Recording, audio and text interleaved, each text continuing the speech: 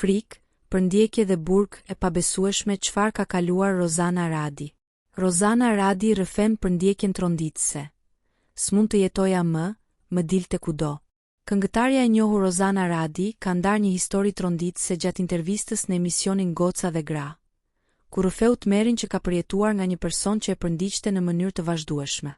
Ajo tregoi se fillimisht kishte bërë kallëzim dhe përndjekësi ishte dënuar me 1 vit burg.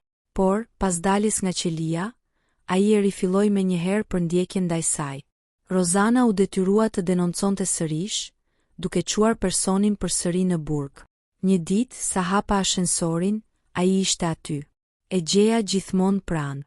Pyeta nëse mund të mbaja ndonjë spray për vetëmbrojtje, por më thanë se nuk lejohet. Fillova të mos jetoja më, ktheja kokën në çdo hap nga frika se ishte pas meje. Rrëfeu ajo. Këngëtarja falenderoi policinë për ndërhyrjen dhe mbështetjen në kohën e duhur, duke thënë se sot ndihet më e sigurt, edhe pse situata ka lënë gjumë të thella në jetën e saj. Ajo shtoi se i njëjti person, pas lirimit të fundit nga burgu, ka përndjekur një tjetër qytetar, një jurist.